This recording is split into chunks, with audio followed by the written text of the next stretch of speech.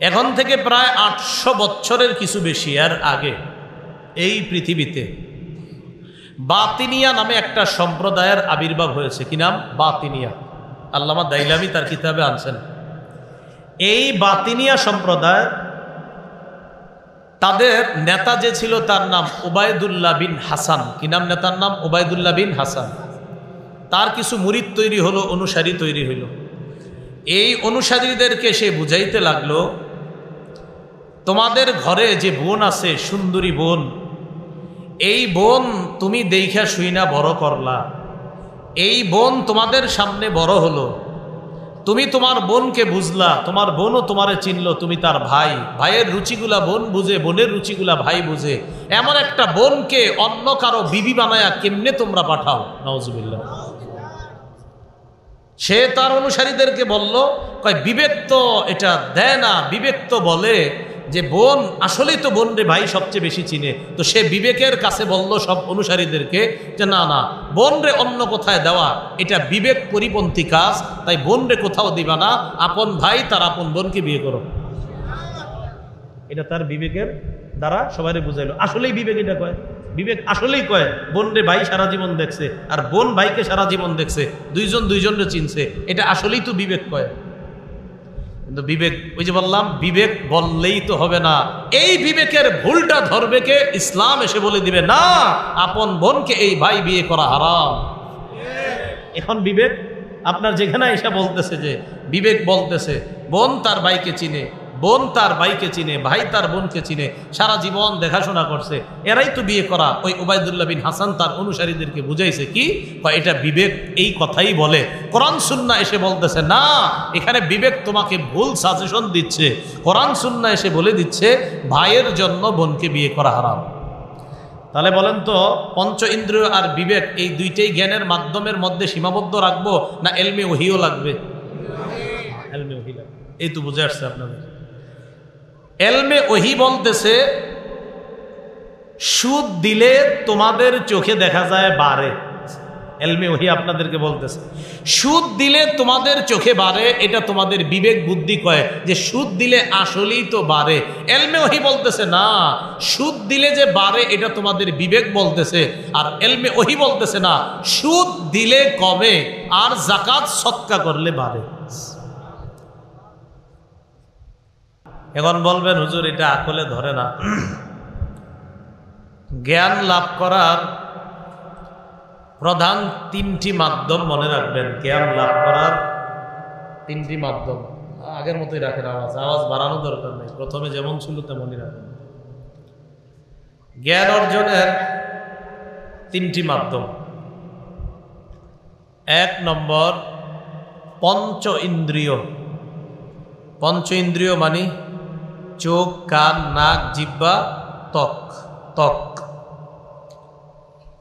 এই পঞ্চ ইন্দ্রিয় হলো জ্ঞান অর্জনের প্রথম মাধ্যম। এজন্য বাচ্চা দুনিয়াতে আসার পর, ও তো কোরআন হাদিস তখনও পড়ে না, তো আসার পর এই বাচ্চা কান্নাকাটি যা করবে সব ইন্দ্রিয় শক্তির মাধ্যমে আমরা বুঝে নিতে হবে। তবে মনে রাখতে হবে এই পঞ্চ ইন্দ্রিয়, চোখের কাজ দেখা, কানের কাজ শ্রবণ করা, চোখ কখনো শুনবে না, কান কখনো দেখবে না। পঞ্চ ইন্দ্রিয় যেগুলা, এগুলা প্রত্যেকটার একটা পরিসীমা আছে, পরিসীমা পর্যন্ত তার ক্ষমতা। চোখ দেখবে, বাস ওর পরিসীমা, ও সর্বোচ্চ দেখার কাজ। কান শুনবে, জিহ্বা আস্বাদন করবে এটা কি মিষ্টি না তিতা, নাক ঘ্রাণ নিবে এটা কি সুঘ্রাণ না দুর্গন্ধ, ত্বক স্পর্শ করে দেখবে এটা কি নরম না শক্ত। প্রত্যেকটার আলাদা ক্ষমতা। বাকি এই যে পঞ্চ ইন্দ্রিয় জ্ঞান অর্জনের এই মাধ্যমগুলা, এই মাধ্যমের একটা পরিসীমা আছে, এরপরে ও আর কাজ করবে না, ওর কাজ অতটুকু। পঞ্চ ইন্দ্রিয় যেখানে আর কাজ করবে না সেখানে কাজ করে বিবেক। কে কাজ করে? জ্ঞান অর্জনের দ্বিতীয় মাধ্যম হলো বিবেক। যেমন এই চেয়ারটা আমি দেখলাম, দেখার পর খুব সুন্দর, সব ঠিক আছে, চোখ দিয়ে দেখে সুন্দর, হাত দিয়ে স্পর্শ করে শক্ত, সব বুঝলাম। এখন আমার বিবেক বলে দিবে এটা যিনি বানিয়েছে নিশ্চিত তিনি অনেক জ্ঞানী মানুষ, না হয় এত সুন্দর কেমনে বানাইছে। এই জ্ঞান আপনাকে দিবে বিবেক। বিবেক বলবে এই চেয়ার নিশ্চিত কোনো সুন্দর হাতে তৈরি হয়েছে, না হয় যার মাথা না থাকবে তিনি এত সুন্দর চেয়ার কেমনে বানায়। যিনি বানাইছে ওনার নিশ্চিত অনেক জ্ঞান বুদ্ধি আছে, এটা বুঝছেন বিবেক দিয়ে। তাহলে পঞ্চ ইন্দ্রিয় জ্ঞান অর্জনের প্রথম মাধ্যম। ওর ক্ষমতা যেখানে শেষ সেখানে বিবেক শুরু। বিবেকেরও একটা পরিসীমা আছে, ও আনলিমিটেড আপনাকে সবকিছু সাপোর্ট করবে না, ওরও লিমিটেড। ও একটা সময় গিয়ে ও আর কাজ করবে না। যেখানে বিবেক আর কাজ করবে না সেখানে জ্ঞান অর্জনের তৃতীয় মাধ্যম এবং প্রথম প্রধান মাধ্যম ইলমে ওয়াহি, আল্লাহ প্রদত্ত বিদ্যা। পঞ্চ ইন্দ্রিয়ের কাজ না করলে তখন বিবেক করবে। বিবেকের কাজও এক সময় শেষ হয়ে যাবে, তখন কি করবে? তখন কোরআন সুন্নাহ আপনাকে দিক নির্দেশনা দেবে। যেমন আপনার প্রথম দুইটা পঞ্চ ইন্দ্রিয় আর বিবেক, সেকুলার আর ইসলামের মধ্যে এটাই পার্থক্য। যারা সেকুলারিজমে বিশ্বাসী তারা প্রথম দুইটা মাধ্যম মানে পঞ্চ ইন্দ্রিয় আর বিবেক, তারা আর কিছু লাগে না। তারা বলে আমগো হাত পা চোখ কান আছে, আমগো বিবেক আছে, বাস এর মাধ্যমে যথেষ্ট ভালো মন্দ নির্ণয় করা, আর কিচ্ছু লাগবে না। এটা হলো সেকুলারিজমে যারা বিশ্বাসী। যারা সেকুলারে আপনার বিশ্বাসী তাদের জ্ঞান অর্জনের মাধ্যম তারা মনে করে দুইটা, পঞ্চ ইন্দ্রিয় আমার চোখ আছে কান আছে, আরেকটা হলো বিবেক, এটা তাদের দুইটা। আর মুসলমানকে ইসলাম এই শিক্ষা দেয় পঞ্চ ইন্দ্রিয় আর বিবেক এই দুইটাও এক সময় অচল হয়ে যাবে, তখন তোমাকে সচল রাখবে যেই জ্ঞানটা আল্লাহ প্রদত্ত কোরআন সুন্নাহর জ্ঞান। এটা হলো তৃতীয় মাধ্যম। এটা কি? ইলমে ওয়াহি। খুব মন দিয়ে শুনেন। ইবনে মাজাহ 349 নম্বর হাদিস। এই হাদিসের বর্ণনাকারী নবীর সাহাবী আবু বকরা রাদিয়াল্লাহু তাআলা। আবু বকর না, আবু বকরা। নবীর একজন সাহাবী আছে, নাম কি? নাম আবু বকরা। عن أبي بكرة رضي الله تعالى عنه قال مر رسول الله صلى الله عليه وسلم بقبرين। নবীজি দুই কবরের পাশ দিয়ে অতিক্রম করলেন। কবরের দিকে তাকায় বললেন ইন্নাহুমা লা ইউআজ্জাবান, এই দুই কবরের মধ্যে শাস্তি দেওয়া হচ্ছে, আযাব দেওয়া হচ্ছে। ওমা ইউআজ্জাবানি ফি কাবীর, বড় কোনো অপরাধে শাস্তি দেওয়া হচ্ছে না। আম্মা আহাদুহুমা ফায়ুআজ্জাবু বিল বাউল, একজনকে শাস্তি দেওয়া হচ্ছে প্রস্রাবের কারণে। দুনিয়ায় প্রস্রাব করে ভালোভাবে পবিত্রতা অর্জন করতো না, সিটা ফোটা থেকে বাঁচতো না। প্রস্রাবের থেকে যে তার পবিত্রতা অর্জন করতে হবে এটাতে সে গুরুত্ব দিত না, এই কারণে তার কবরে আযাব হচ্ছে। এখন ইমাম সাহেবদেরকে সবাই খালি প্রশ্ন করে, হুজুর টিস্যু নিলে কি পানিও লাগবে? হুজুর পানি শুধু নিলে হবে না, টিস্যু না নিলে হয় না? আমার কথা, টিস্যু আর পানি নিলে পবিত্রতা কি কম হয় না বেশি হয় সেটা বলে? এই প্রশ্ন করা কি দরকার? এরপরেও যদি আপনার টিস্যু কেনার টাকা না থাকে, দুইটা অপশন। এক, মসজিদে এখন টিস্যু পাওয়া যায় সব জায়গায়। দুই, যদি আপনার একান্ত টিস্যু লাগেই, ইমাম সাহেবরে বলবেন হুজুর আমার দুনিয়াতে সব আছে, গাড়ি বাড়ি সব আছে, কিন্তু টিস্যু কেনার টাকাটা নাই, আমার চান্দা তুইলা টিস্যু কিনা। ইমাম সাহেব ব্যবস্থা করে দেবে ইনশাল্লাহ। এই ইমাম সাহেবরা আছে, ব্যবস্থা করে দেবে। কারণ আপনার শুধু টিস্যুটাই তো সমস্যা, এটা ওনারা চাঁদাও লাগবে না, আপনার ব্যবস্থা করে, জি ভাই আপনি নেন টিস্যু নেন, আপনি দুনিয়ার তরি তরকারি সব ঠিক আছে কিনা, শুধু টিস্যুর টাকাটারই তো অভাব, তো নেন টিস্যু কিনা। এই কথার পরে যদি শরম লজ্জা থাকে তো বুঝবেন পবিত্রতা কারে করে। পবিত্রতা বেশি অর্জন করা আল্লাহর ভালোবাসার পাত্র হওয়ার কারণ। আল্লাহ বলেন ওয়ায়ুহিব্বুল মুতাতাহহিরিন, যারা অধিক পবিত্রতা অর্জন করে আল্লাহ তাদেরকে ভালোবাসে। আয়াত যখন নাজিল হয়েছে নবীজি দৌড়ে গেছে, যাদের ব্যাপারে নাজিল হয়েছে তাদেরকে গিয়ে বলে এদিকে আসো, তোমরা নাপাকি থেকে পবিত্রতা অর্জন করো কেমনে? হুজুর আমরা ঢিলাও নেই পানিও নেই, আমরা 3টা পাথর নিয়ে ঢিলা নেই আবার পানি নেই। ও আচ্ছা, ডাবল পবিত্রতা, ঢিলাও নেও আবার পানিও নাও। হ্যাঁ, এই জন্য তো আল্লাহ বলছে বেশি পবিত্রতা অর্জন করো বলেই তোমাদের ব্যাপারে আল্লাহ কোরআনে আয়াত নাজিল করেছে। হুজুর টিস্যু না নিলে হবে না, এটা জিজ্ঞানো কি দরকার? প্রস্রাবের নাপাকি থেকে বাইছেন, সিটা ফোটা থেকে বাইছেন, আর শীতকালে তো আপনি জানবেনও না ফোটা পড়তেছি কিনা। আল্লাহ বুঝার তৌফিক দান করে। তো এক কবরে আযাব হইতেছে ওই প্রস্রাবের নাপাকির কারণে। প্রিয় ভাইরা, এই ভুলগুলা হয়নি আমাদের।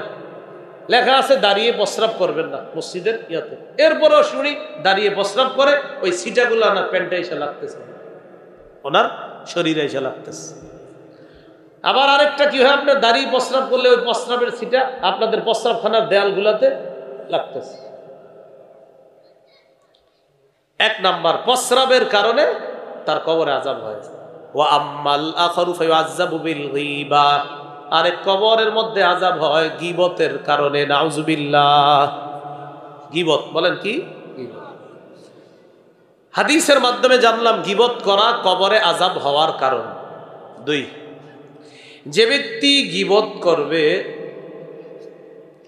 ওই ব্যক্তির ব্যাপারে রাসূলুল্লাহ সাল্লাল্লাহু আলাইহি সাল্লাম বলেন সে সবচেয়ে বড় সুদ খায়। ঠিক আছে, সুদ খাওয়া হালাল না হারাম? গীবত সবচেয়ে বড় সুদ, মানে সুদ তো হারাম, নবীজি বলতেছেন গীবত ওই সুদের মধ্যে বড় সুদ গীবত। আবু দাউদ শরীফের 4876 নম্বর হাদিস। عن سعيد بن زيد عن النبي صلى الله عليه وسلم قال إن من أربى الربا الاستطالة في عرض المسلم بغير حق। নবীজি বলেন সবচেয়ে বড় সুদ হলো কোন মুসলমানের অন্যায়ভাবে সম্মান হানি করা। গীবতের মাধ্যমে, অপবাদের মাধ্যমে, মিথ্যা কথার মাধ্যমে কোন মুসলমানের সম্মান হানি করা, নবী বলেন সবচেয়ে বড় সুদ।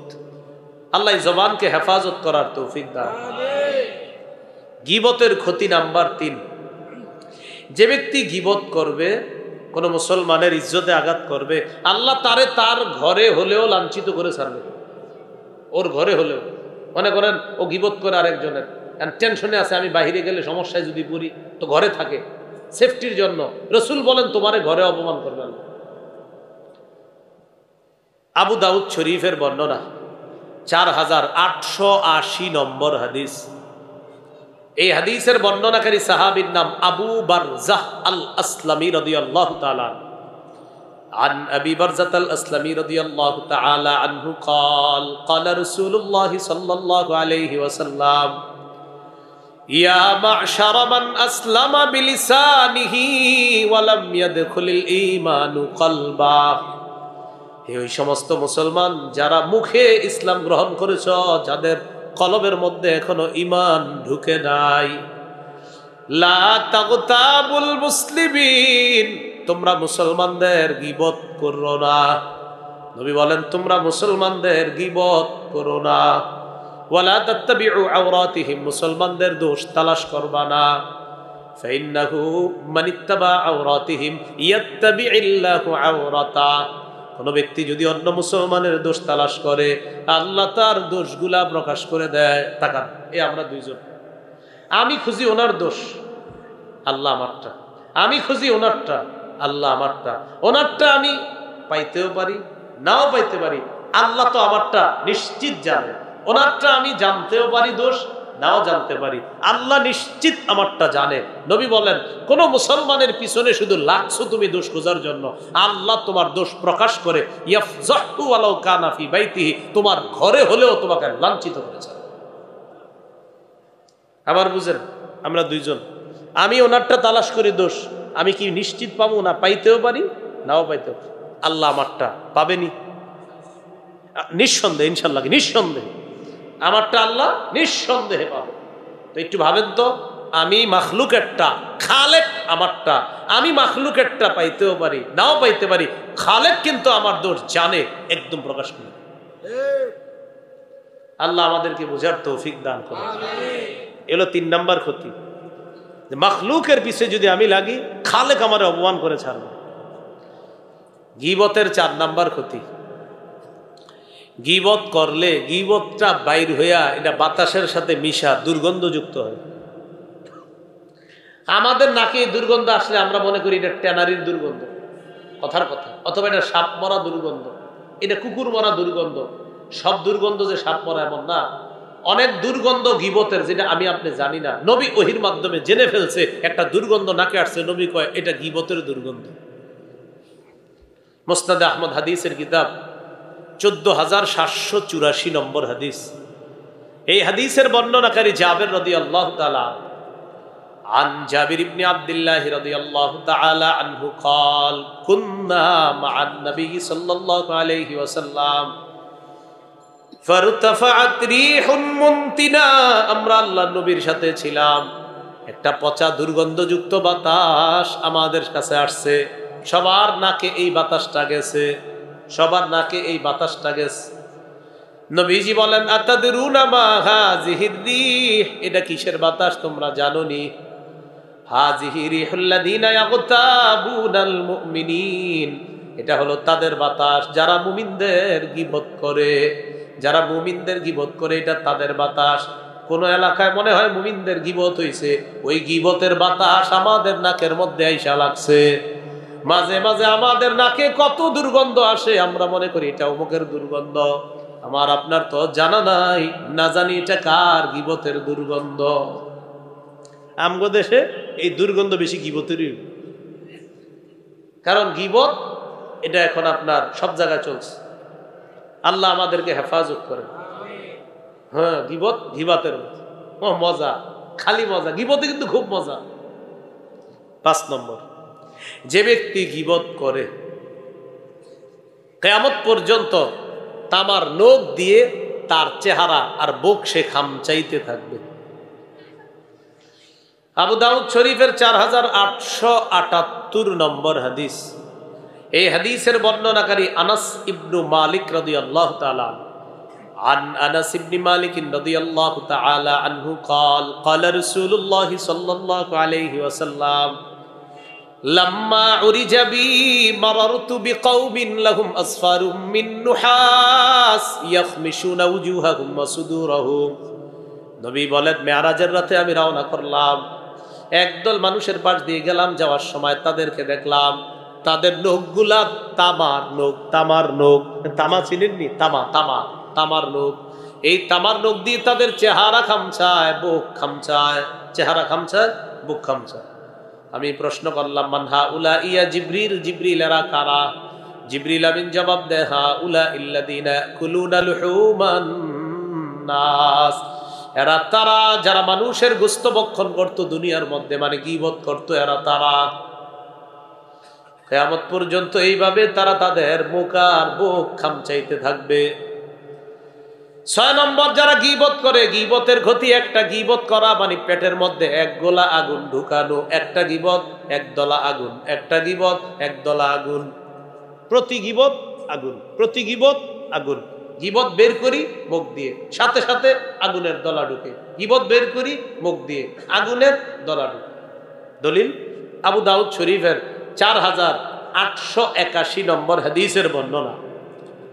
এই হাদিসের মধ্যে আসছে قال رسول الله صلى الله عليه وسلم من أكل برجل مسلم أكلة فإن الله يطعمه مثلها من جهنم।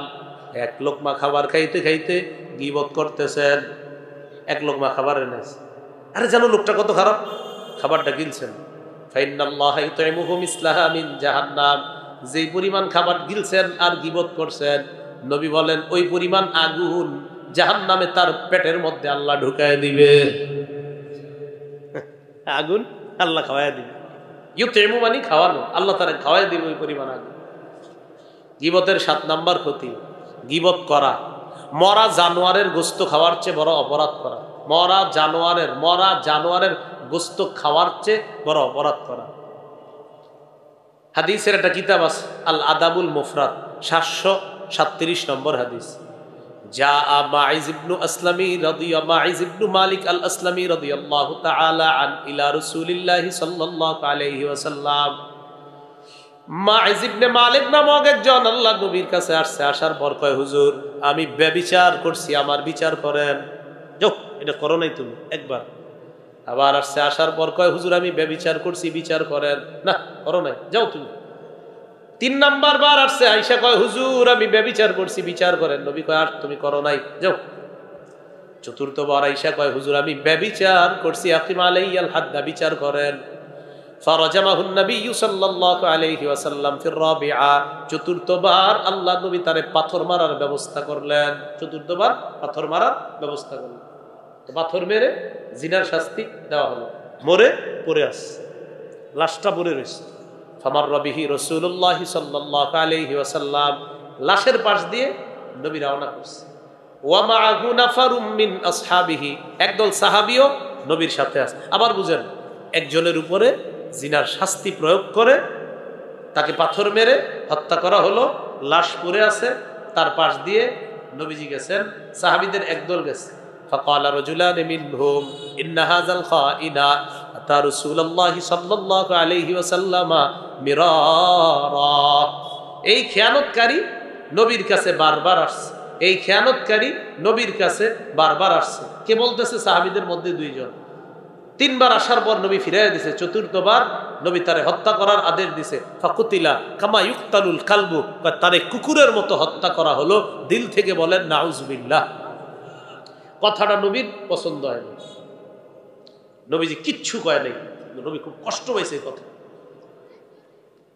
সামনে গেছে, সামনে যাওয়ার পর ফামাররা বিজিফাতি হিমার, একটা মরা গাদার পাশ দিয়ে গেছে। শাইলাতুন রিজলুহু, ওই গাদার 2 পা সামনের দিকে উঁচু করা, মইরা গাদার সামনের 2 পা এমনি উঁচু করে আছে। যেই 2 জন বলছিল তারে কুকুরের মতো হত্যা করা হয়েছে, তাদেরকে বললেন কুলা মিন হাযা, এই মরা গাদার গোশত তোমরা 2 জন খাও। তারা 2 জন বললেন আমিন জিফাতি হিমারিন ইয়া রাসূলুল্লাহ, হুজুর মরা গাদার গোশত বুঝি আমরা খাবো? হ্যাঁ খাও। আল্লাযী নিলতুমা মিন ইরজি আখিকুমা আনিফা আকসার, এই মাত্র তোমাদের ভাইয়ের ব্যাপারে যা বললা, এই মরা গাদার গোশত খাওয়ার চাইতে বড় অপরাধ করে ফেলছো এটা, তো সেটা যেহেতু করতে পারছো, এটা করলে আর কি সমস্যা, খাও খাও, ধমক দিলেন। অর্থাৎ এই মরা গাদার গোশত, এটার অপরাধটা ওটার চেয়ে একটু কম, এটাও কবিরা গুনাহ, ওটাও কবিরা গুনাহ করছো, বাকি মরা গাদার গোশত খাওয়া যেমন হারাম, এর চেয়ে আরো বড় হারাম তুমি তোমার কোনো ভাইয়ের ব্যাপারে একটা সমালোচনামূলক কথা বলো। নবীজি বললেন যার ব্যাপারে বললা কুকুরের মতো হত্যা করা হয়েছে, জানুনি ওহির মাধ্যমে জানতে পারলাম ইন্নাহু ফি নাহরিম মিন আনহারিল জান্নাতি ইয়াতাগাম্মাস, এই মুহূর্তে সে জান্নাতের নদীর মধ্যে সাঁতার কাটতেছে। বলেন গীবত করব না, গীবত শুনবো না, গীবতের মজলিসে বসবো না।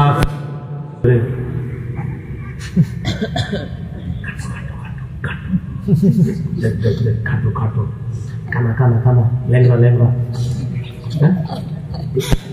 চা খাইতেছি 4-5 জন বন্ধু, এই দোস্ত কে যায় দেখতো, ল্যাংরা কানা, হে হে হে হাসলেন। এটা ইশারার গীবত। এই এই অপরাধে 4-5 জন যারা হাসলেন, জাহান্নামের ঠিকানা কতটুকু হবে? সহিহ বুখারী 6477 নম্বর হাদিস। এই দুনিয়ার পূর্ব পশ্চিম যত বড়, এর চেয়ে আরো গভীরে শুধু এই একটা অপরাধে আপনার যাওয়া লাগতে পারে, আল্লাহ না। এই একটা অপরাধ, ইশারায় একজন মুসলমানরে গীবত করলেন। নবীর যুগে এই ঘটনা ঘটে গেছে। আম্মা জান আয়েশা সিদ্দিকা রাদিয়াল্লাহু তাআলা আনহা বলেন, একজন খাটো মহিলা নবীর কাছে আসছে। আম্মা জান আয়েশা বলেন ফাকুলতু বিইবহামি হা কাজা, ইয়ানি আশারতুন নবী সাল্লাল্লাহু ইলা নবী সাল্লাল্লাহু আলাইহি ওয়াসাল্লাম আন্নাহা কাসীরা। খাটো মহিলা নবীর কাছে আসছে, আমি নবীরে বললাম হুজুর খাটো খাটো খাটো। আম্মা জান আয়েশা বলেন আমি নবীরে ইশারা দিয়ে বললাম হুজুর খাটো খাটো। মুখের উপর আল্লাহ নবী আমাকে বললেন আয়েশা, মুখ দিয়ে যদিও কিছু বলো নাই, আঙ্গুলে তো দেখায় দিছো মহিলাটা খাটো, তুমি তার গীবত করছো। তুমি তার সাথে সাথে, কেমন শিক্ষক ছিলেন আমাদের নবী, স্বামী আবার শিক্ষক, স্ত্রীকে সাথে সাথে সংশোধন করছো, ইশারা করছো খাটো, তাই না? মুখে কিছু বলো নাই, না ইশারা করলাম, গীবত করছো। আল্লাহ হেফাজত করে। 4 নাম্বার লেখার গীবত। ফেসবুক চালাননি? হ্যাঁ, আরে ফেসবুক চালাননি? বাস ফজরের পর উঠে একটা স্ট্যাটাস দিয়ে দিচ্ছেন অমুক এই সমস্যা, অমুকের এই সমস্যা। যদি ওই সমস্যা না থাকে সেটার কি হবে আমাকে বলো। আপনি একটা মিথ্যা কথা ফেসবুকে ছড়াইয়া দিলেন, যেই ব্যাপারে মিথ্যাটা লেখলেন বাস্তবিক অর্থে যদি এটা তার না হয়ে থাকে, আপনার এই কথায় এই বাংলাদেশের 1 কোটি 2 কোটি অলরেডি মানুষ জেনে ফেলছে লোকটা খারাপ, কিন্তু 2 দিন পর প্রমাণিত হয়েছে আসলে এটা তার অপরাধ না। বলেন তাদের ব্যাপারে এই যে ধারণা তৈরি করলেন এটার জন্য দায়ী হবেন? ভিডিও করেন না,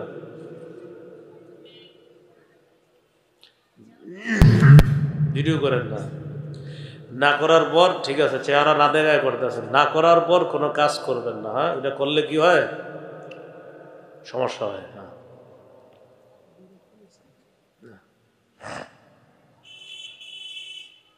এগুলা লাগাবেন না, এগুলা লাগাবেন না, সামনে থেকে এগুলা লাগাবেন না। হ্যাঁ, ঠিক আছে, ভিডিও করা নিষেধ। জানেননি আপনি? ইউটিউবার হলে তো জানার কথা, কেন আসছেন এখানে?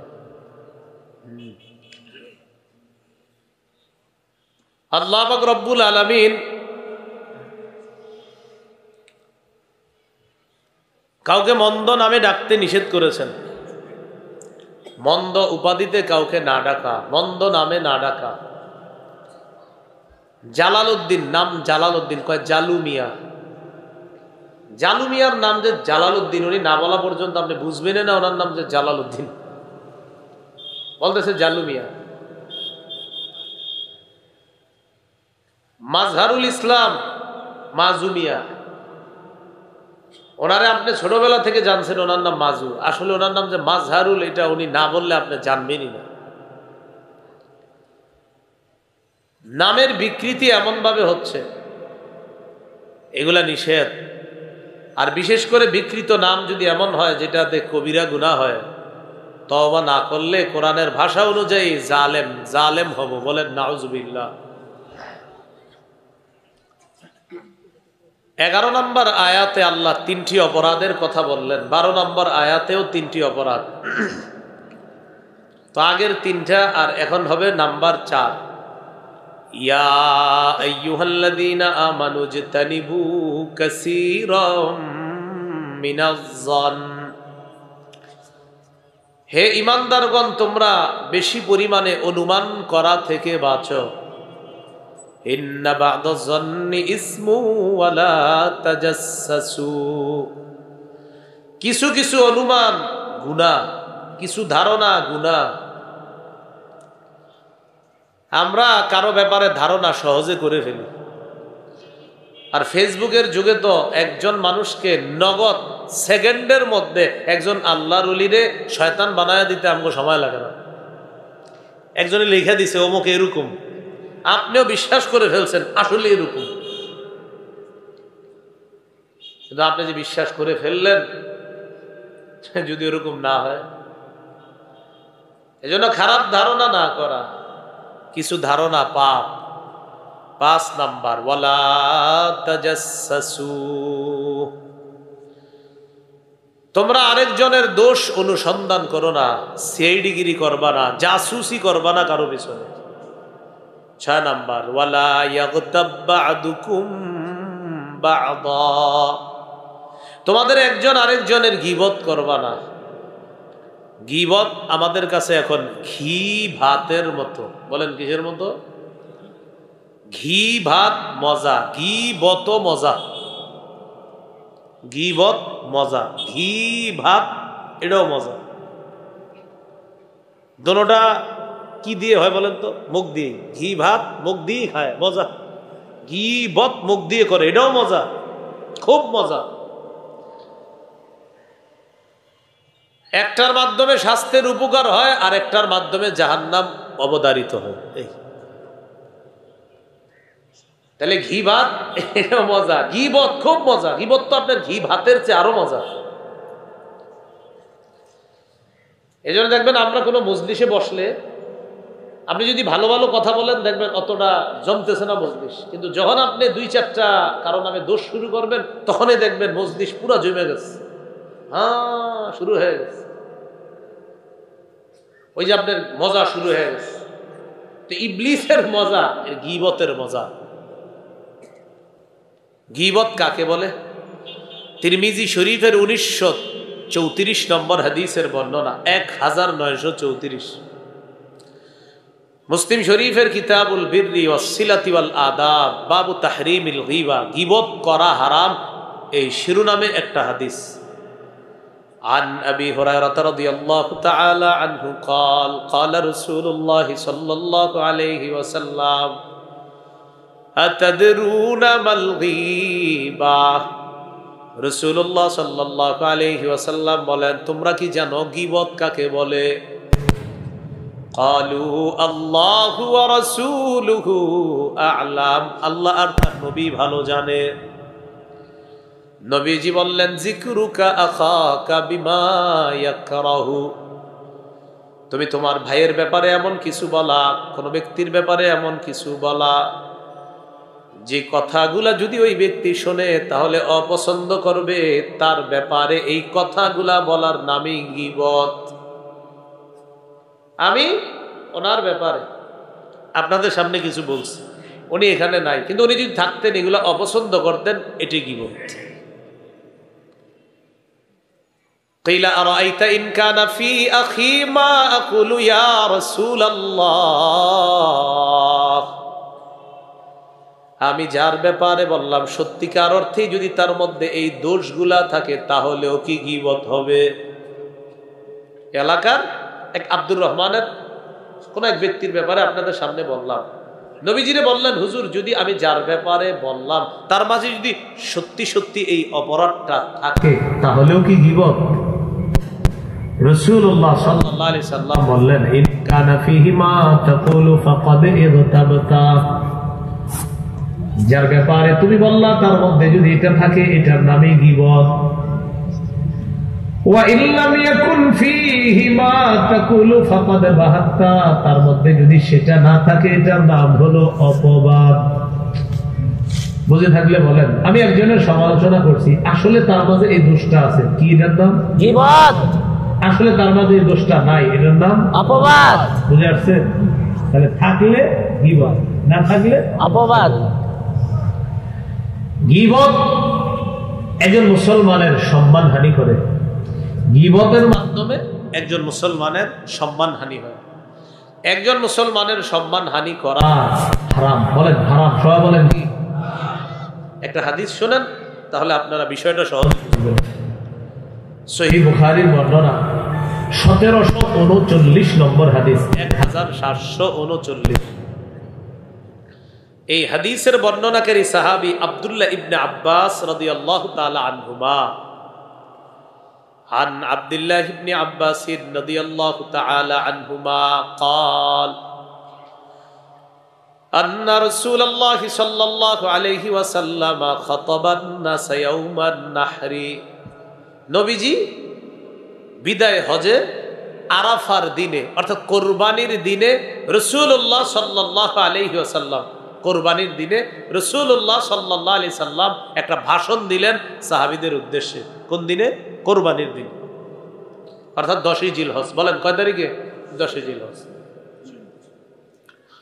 ভাষণে রাসূল সাল্লাল্লাহু আলাইহি সাল্লাম বললেন, আইয়ু ইয়াউমিন হাযা, আজকে কোন দিন?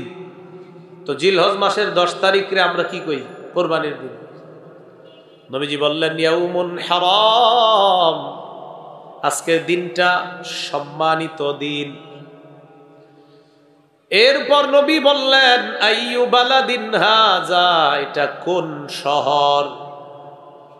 বালাদুন হারাম, এটা পবিত্র শহর, সম্মানিত শহর মক্কা।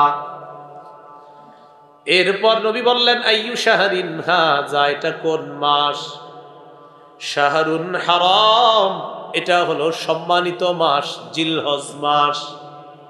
তাহলে জিলহজ মাস, মক্কা, জিলহজের 10 তারিখ। বলেন তিনটাই সম্মানিত। জিলহজ মাস সম্মানিত, জিলহজের 10 তারিখ সম্মানিত, পবিত্র শহর মক্কা সম্মানিত। নবীজি কি বলে দেখেন, ফাইন্না দিমাআকুম ওয়া আমওয়ালাকুম ওয়া আ'রাদাকুম আলাইকুম হারামুন কাহুরমাতি ইয়াউমিকুম হাযা ফি বালাদিকুম হাযা ফি শাহরিকুম হাযা।